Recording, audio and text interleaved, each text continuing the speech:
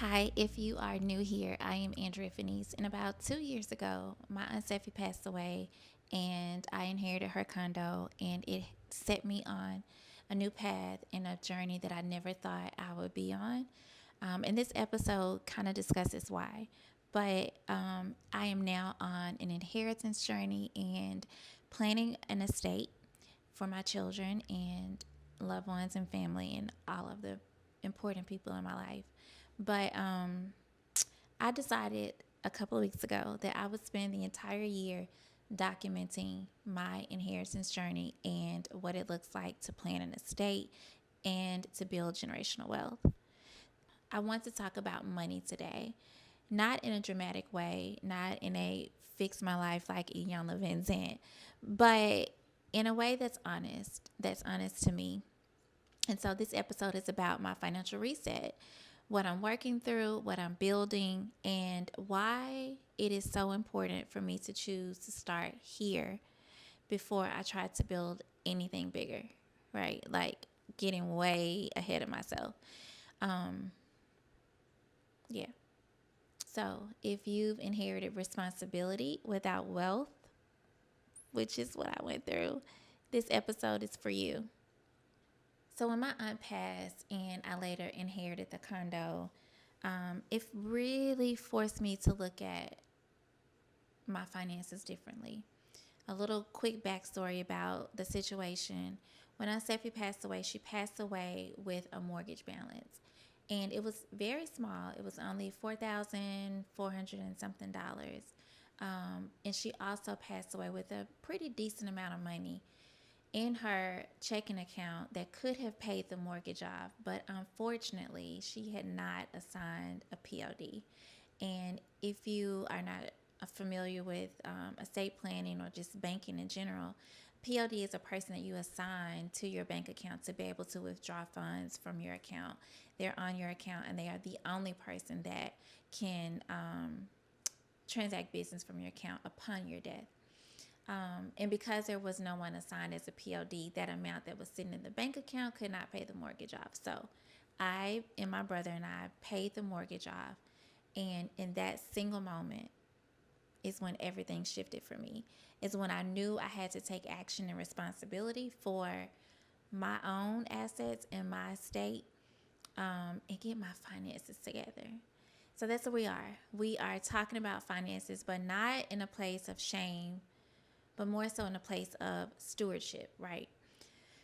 Because let me tell you something. It may look nice on social media that I can document and share the things that Aunt Steffi left behind and all the luxury goods and that I own a condo.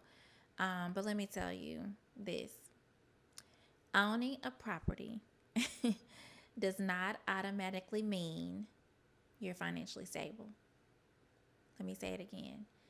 Owning a property does not automatically mean that you're financially stable. It just means you're being held accountable for something. Before I could even think about being like this real estate developer and like owning all of these properties sort of as a career or as my own legacy, I had to really ask myself a very honest question. Are you in the position to hold what you have? Like, do you have the financial capacity to hold what you already have? And when I started reflecting on those questions, or that single question, I knew it was time to shift and shape some things up. And so um,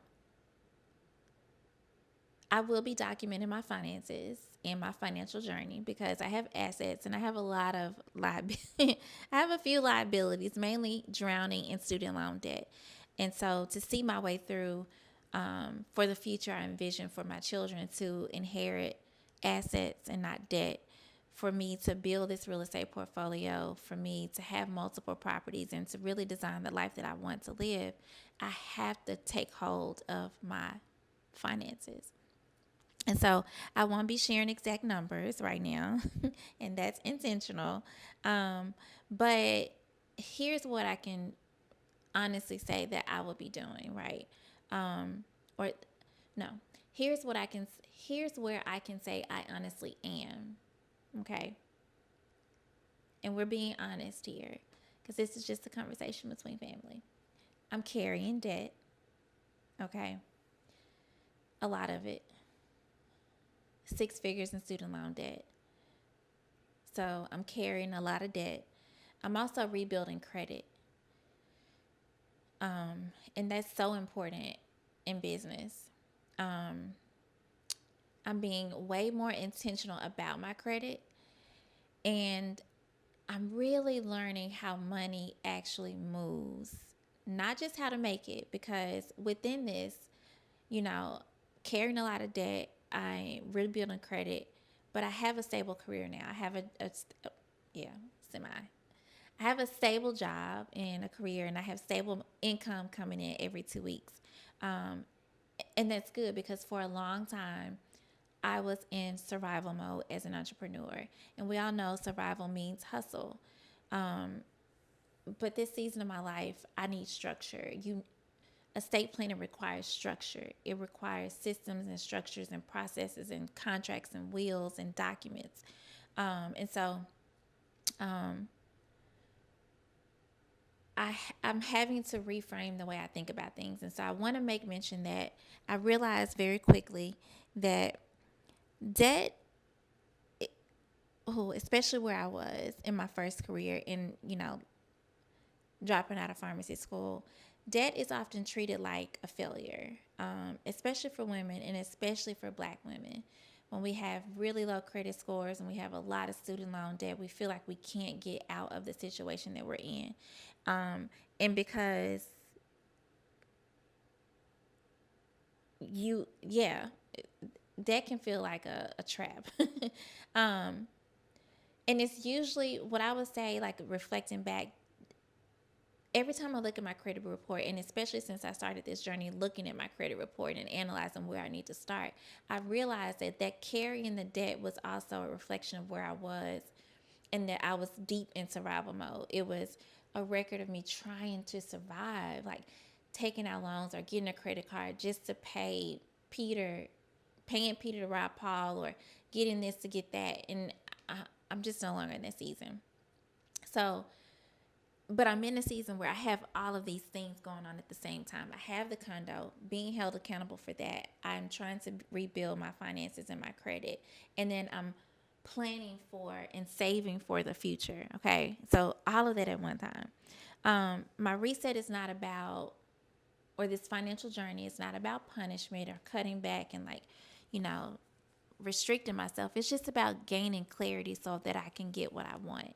And what I really want is the restoration of my legacy in real estate, the restoration of wealth, and a future for my kids. So as I reflect on where I am starting this journey, there are 3 things that are like driving me forward. One is clarity, being clear where I am and what I want and what I need to do. 2 is being anchored and having stability.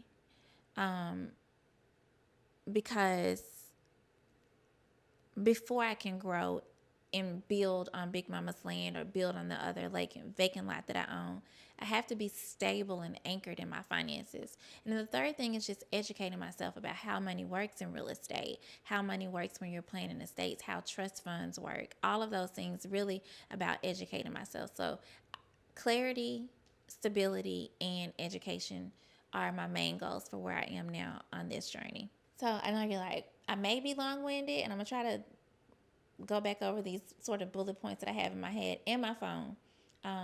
But to connect all this to Unselfie, to the real estate and to the estate planning, I would just say this: starting here at the financial reset, starting here at the financial position is really about the reset is the foundation for my real estate future. Yeah.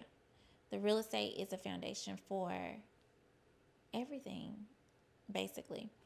I don't want to continue renovating Unselfie's place or buying things for Unselfie's place, or, um, you know, feeling like 2 or 3 years from now when Amira goes to college, still anxious about my finances. I don't want to carry financial anxiety as I move forward with planning the estate and, um, you know, planning how I pass things down to them. I don't want that anxiousness anymore. Yeah, so starting off, I am getting clarity on my finances. The first thing that I'm going to do, or the first thing I'm doing on this financial journey, is saving for an emergency fund. And as a Black woman, as a mother, and a mother that's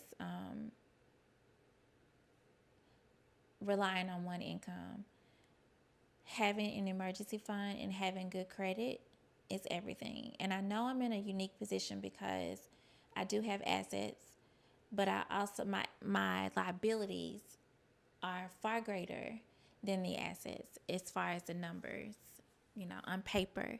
And so I really want to turn that around. So the first thing that I'm doing is completing this first quarter of having my emergency fund saved.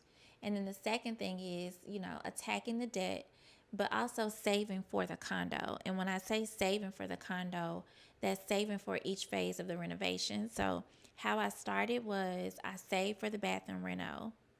And then I got a credit card solely allocated for any expense that I need for Steffi's place. So that's labor, that's material, etc. And so I'll be working on the emergency fund, working on my personal credit, getting those down, and then saving for Steffi. So number wise, I have a small emergency fund already saved, which is only 500, and then I'll be working on 1 month of an emergency fund. So 1 month of expenses in emergency fund. And then I'll move into taking the second quarter and just really severely attacking my debt, like getting my credit cards down, which my balances aren't high, but getting my credit cards down and seeing my credit score improve. And I have a target goal of 15 to 20 points on my credit score.